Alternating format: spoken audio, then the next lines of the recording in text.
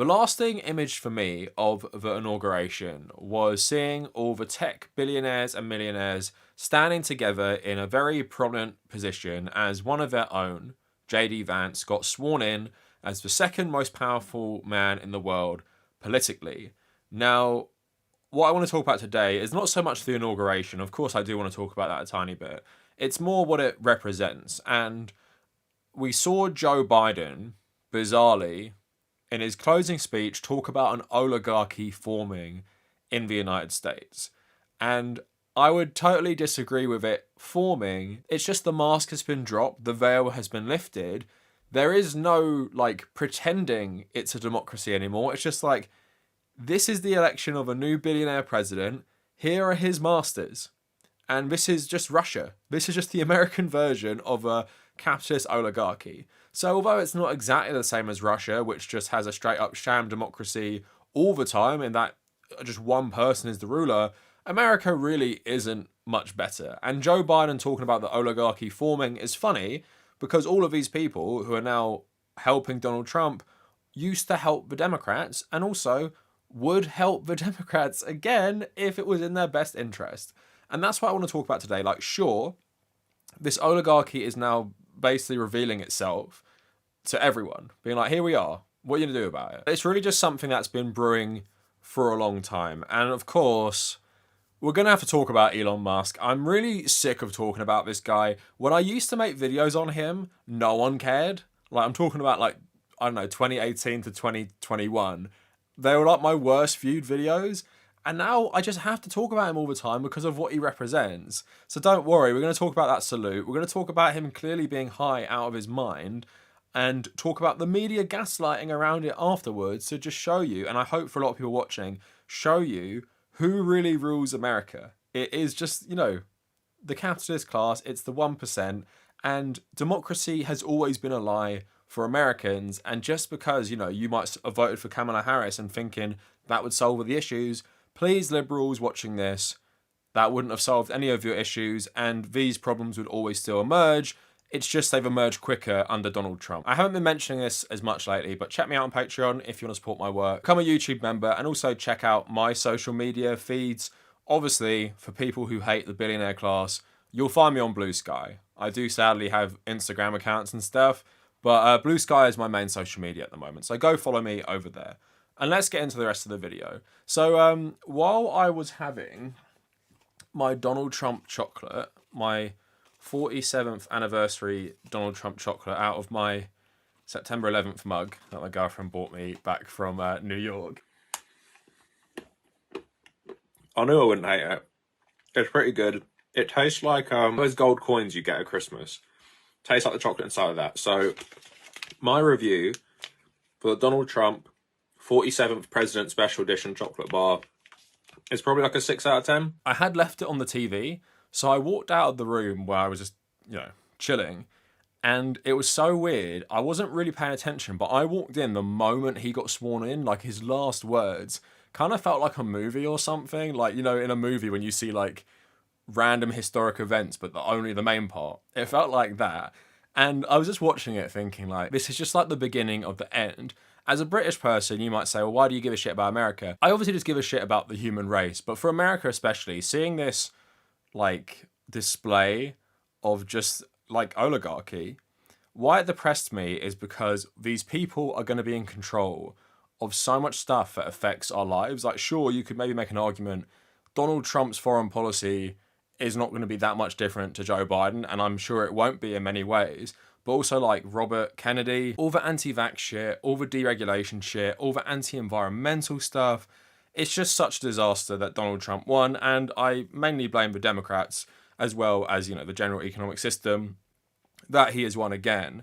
But the one person you couldn't help but notice was the high man-child in the background. Like, this guy has clearly not slept much, and he was clearly also high as well. Because some of the stuff he was doing was so bizarre. This is before he did the salute, by the way. And it's clear, like, this is a guy who probably never sleeps. And as someone who has had that, like, Twitter addiction rotting my brain before, where when you get certain amounts of engagement on social media, it is hard to sleep, I can just imagine this guy just never sleeps and he's just always on drugs to keep him functioning. So you had all that embarrassing stuff in the background that he was just making a fool of himself. But now let's talk about that salute. So clearly that salute was a Nazi salute. I don't know anyone who could debate that. I'll play a video for you now. Here is Elon Musk doing it. And here is just like a rando fascist who's all masked up doing it. Looks exactly the same. Now, my one take on this isn't that it wasn't meant to be a Nazi salute, as people have been saying. It's that Elon Musk did it to draw attention to himself, and he did it for 4chan. How sad is that? He did it to get attention on 4chan. I'm not even joking. That's why he did it. You might say, yeah, he's a fascist, and I would agree. I've called him in the past an opportunistic fascist. Do I think he's sitting up all night reading Mein Kampf and studying National Socialism? No. I don't care to make a distinction between a National Socialist and a fascist generally, but this is the even more sad part. Elon Musk didn't do that salute because he couldn't contain himself and he was a fascist. He's just high out of his mind and doing it for attention. He's just that kid at school who does loads of bizarre stuff to draw attention to themselves. As like a 55-year-old man who also happens to be the most powerful man in the world, right? That's what we're looking at. But obviously, it's like disturbing he would do that, right? Obviously disturbing. And like trying to be like this edgy meme as like who he is just so insanely embarrassing. What is disturbing though is the reaction to it. And this is the end point of liberal identity politics. We have an organization like the ADL saying, no, Elon Musk didn't actually mean it like that. This is an organization that calls anyone who would have some... They'd call me an anti-Semite for that, by the way. So I'm an anti-Semite because I want sanctions on Israel. But Elon Musk does a fascist salute, and it's actually not one. That is the same organization, by the way. So let's have a look at some of the reaction, because obviously the media, terrified of being sued by Elon Musk, so they don't actually write it as it is, most of them. But this is like what people were saying, which is just so insane. So apparently someone who works at Newsweek saying, as a person with a strong track record of criticising Elon Musk, I feel extremely confident asserting that this wasn't a Nazi salute. Elon Musk is a friend to the Jews. This man has Asperger's and he has thrown his heart to the crowd. We don't need to invent outrage. I saw another person saying about him being basically autistic. He has Asperger's. His movements aren't always coordinated. You're making fun of someone with a disability. You're disgusting. So again, that's one point of identity politics. What's so funny about this? In trying to defend people with autism, they're being ableist. They're saying if you have autism, you don't know right from wrong, so you're going to do random shit like, I don't know, make a Nazi salute. I'm sure you know people with autism. A lot of you guys watching this will be autistic, and a lot of you guys wouldn't have randomly busted out a Sig Heil in a public event. Acting like autism makes you spontaneously like do stuff like this or believe these ideologies. Like, do I not see how problematic that is? It's obviously, absolute bullshit and no defense for doing it. No defense at all. Like, everything bad Elon does is apparently because of his autism and he's actually an angel. And remember this person saying he's a friend to the Jews. He's not a friend to the Jews. He's a friend to Israel. And that's what most of Western politics is being captured by. Fascist Zionism, which is inherently anti-Semitic itself, and using weaponized identity politics to silence critics of it. So the ADL is the best example of this. It has no credibility. It's meant to be an organization against racism, particularly fighting against anti-Semitism. They see the most powerful man in the world literally do a fascist salute in front of hundreds of millions of people. They write, this is a delicate moment. It's a new day and yet so many are on edge. Our politics are inflamed and social media only adds to the anxiety. It seems that Elon Musk made an awkward gesture in a moment of enthusiasm, not a Nazi salute. But again, we appreciate that people are on edge. In this moment, all sides should give one another a bit of grace, perhaps even the benefit of the doubt. And let's take a breath.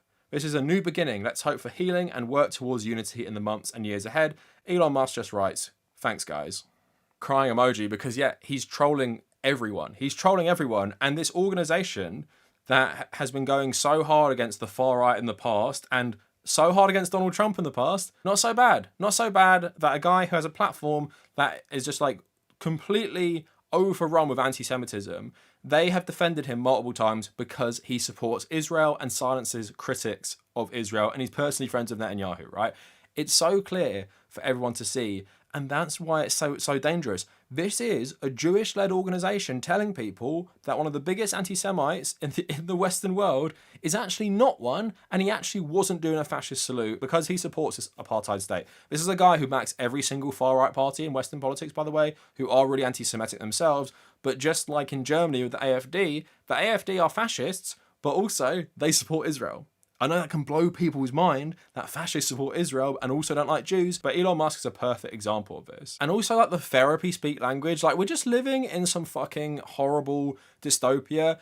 Liberals' only contribution to like our current climate, everyone weaponizes this like identity politics language around everything to, you know, usher in fascism. And my video is just going to age better and better. I made a video called Woke Fascism about how identity politics is driving us into fascism, and again, this is more proof. Anti-racist organization defending real racist South African American guy who did a Nazi salute in front of the whole world.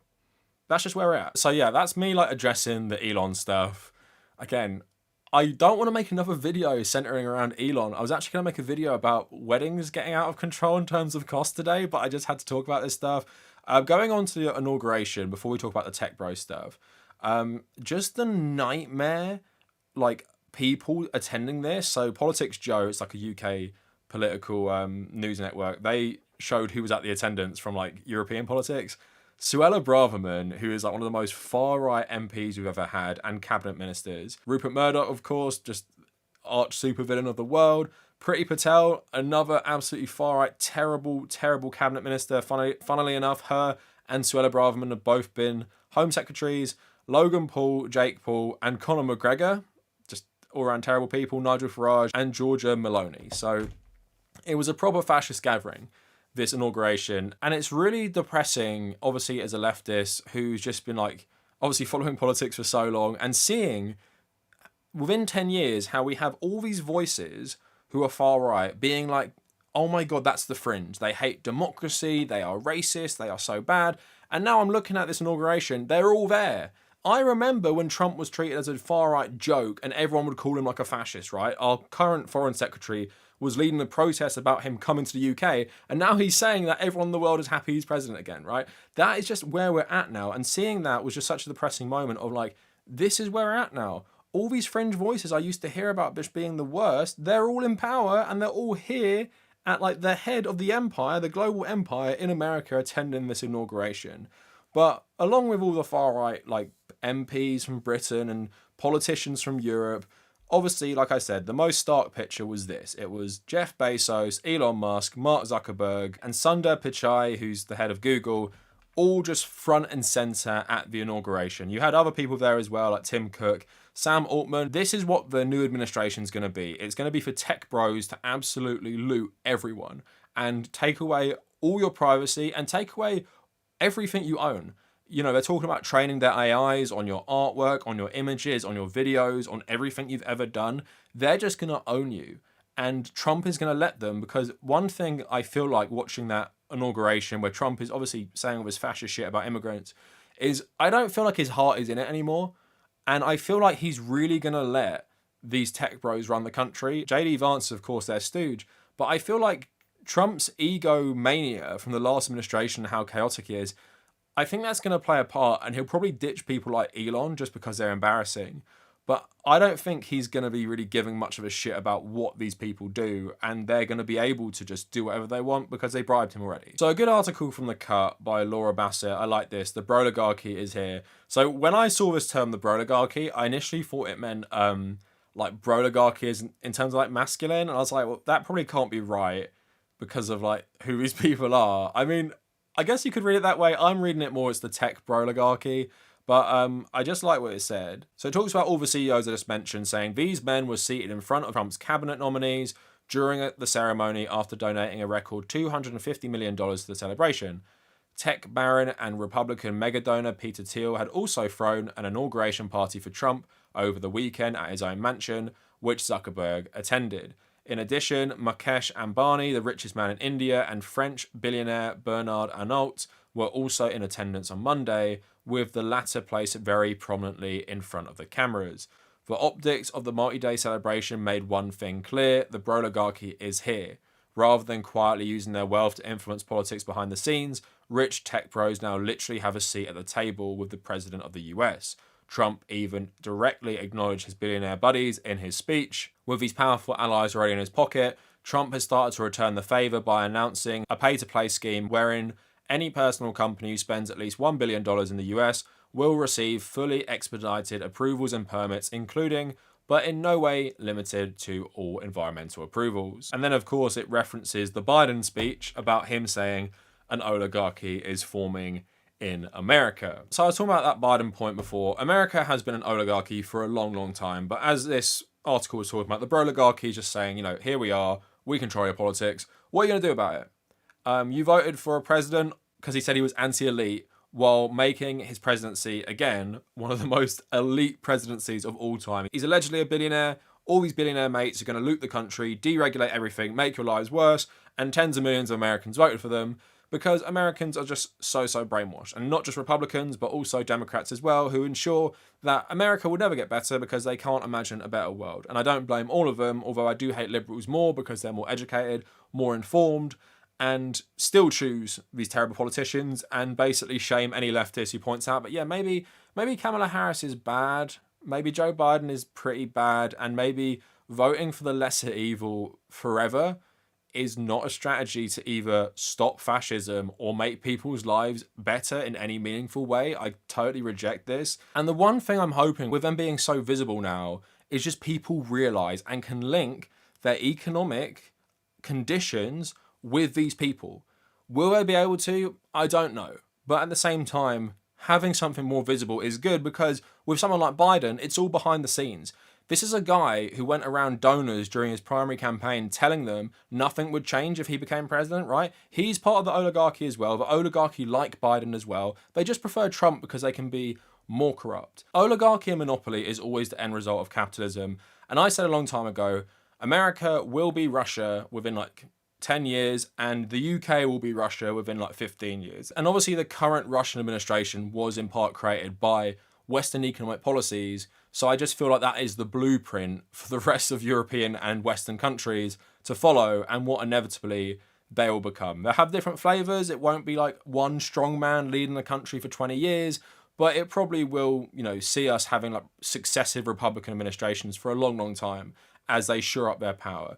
One more thing I want to talk about is just in terms of capitalism and fascism. And I was just reading this article about how the Nazis were bailed out by big business in the 1930s. And this is a piece on the Brennan Center for Justice. The Nazi Party was bailed out by German industrialists in early 1933. The industrialists who led the way were two huge German firms, IG Farben and Krupp. Leaders of both companies were among a few civilians who were later charged with war crimes at Nuremberg. The party was essentially bankrupt in late 1932. Hitler was named Chancellor in late January 1933 and he called elections for March. With less than 2 weeks before the vote, Hermann Göring sent telegrams to Germany's 25 leading industrialists, inviting them to a secret meeting in Berlin in February. Attending the gathering were 4 IG Farben directors and Krupp chief Gustav Krupp.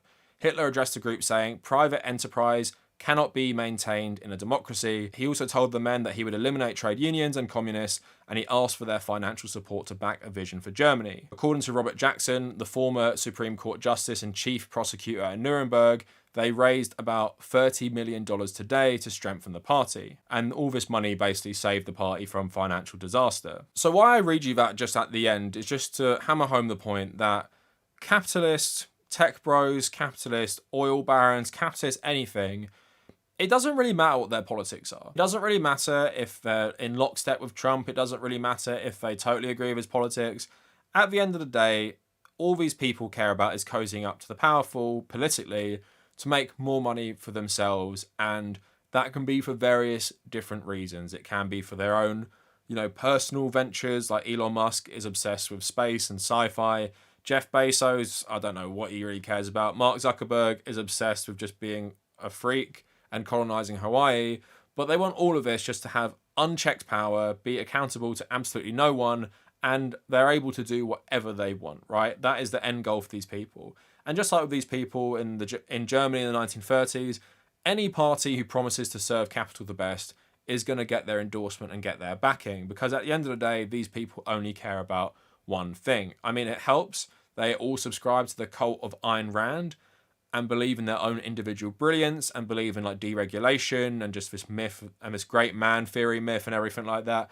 But at the end of the day, it doesn't really matter. And just be prepared for this.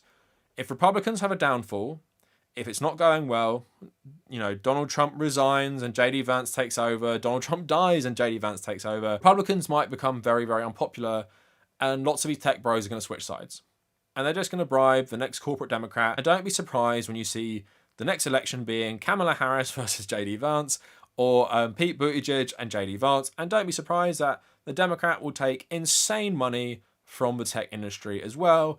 And all the libs will go out to brunch if JD Vance is defeated in the next election. And then what will happen is they'll just become complacent again and not realise the oligarchy is still there. Just because Mark Zuckerberg and others won't be at the new president's inauguration or something doesn't mean people like them won't be pulling the strings. The one thing I'm hoping out of all of this, billionaires and millionaires are normally smart enough to stay out of the public spotlight. These people and these tech bros just want to be respected so much they have entered it hoping the public will love them. Public don't love them, but again, I'm hoping the silver lining is they can link your general oppression under the capitalist system to what you're seeing in politics right now. And you're seeing how money buys you a seat at the table and how there is no democracy. There's no democracy under capitalism, and America is probably one of the worst examples of a democracy under capitalism because it doesn't function in any way that represents the people, and the baseline is so ridiculous as well. Like universal healthcare, which Britain, for example, has had since the 1940s, right? That's not even discussed in America. Baseline level is even worse, and it's even less democratic. But anyway, that is it for the video. Let me know what you guys think, and if you made it this far, thank you for watching.